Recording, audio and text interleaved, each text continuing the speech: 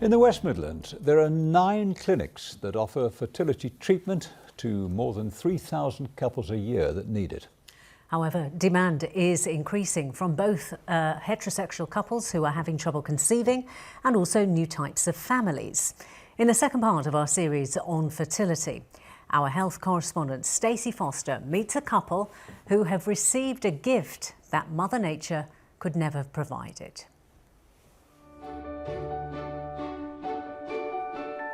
This isn't an ordinary family photograph. But then this isn't any ordinary family. Marnie and Dexter from Coventry are 2.5 years old. They're twins. And while we're on the subject of pairs, they have 2 dads. And also, sort of, 2 mums. And the story of how the twins came to be in this world is fascinating. We didn't know Sue was a surrogate at the time that we first met her. We were just all walking up a hill. It was an organised social event through Surrogacy UK. I sort of just clicked with them, and that was my first social that I went to, and we got on really well and we just kept in contact. Sue was obviously then interested, and we built up a little bit of friendship. And after about 3 months I just thought, these are the people that I want to carry a baby for. We were originally on a waiting list for an anonymous egg donor. I worked with Lucy, we were friends anyway. She phoned and just straight on the phone just said, I'll do it. She said, do what? I said, I'll donate my eggs. I said, I'd like to meet. So we all met up with Gary and Andy and we just clicked straight away. It was like we'd been friends for so long. So from going from not knowing who the egg donor was going to be to suddenly meeting the possible biological mother of our child was quite a significant change for us. Yeah, I think we always wanted to know who that person was. Lucy's eggs were fertilised at the clinic with Andy and Gary's sperm. They ended up with 3 embryos. The first was unsuccessful, but when the other 2 were transferred, Sue became pregnant with twins.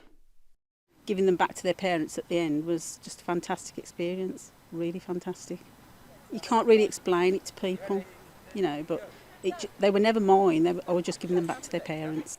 But actually, surrogacy laws in the UK meant that when the twins were born, Sue was classed as the legal mother. Gary and Andy then had to apply to the courts to become Marnie and Dexter's legal parents. I just thought it'd be something that's that incredible and amazing, and it only happens to others. But the fact that we've got 2 kids proves it happens to anybody. Marnie. I have a special bond with them. It's really, really hard to explain until you're in that situation, but there definitely is a special bond with them, and they've got a lot of traits of what my 2 children have got as well. Turned out great.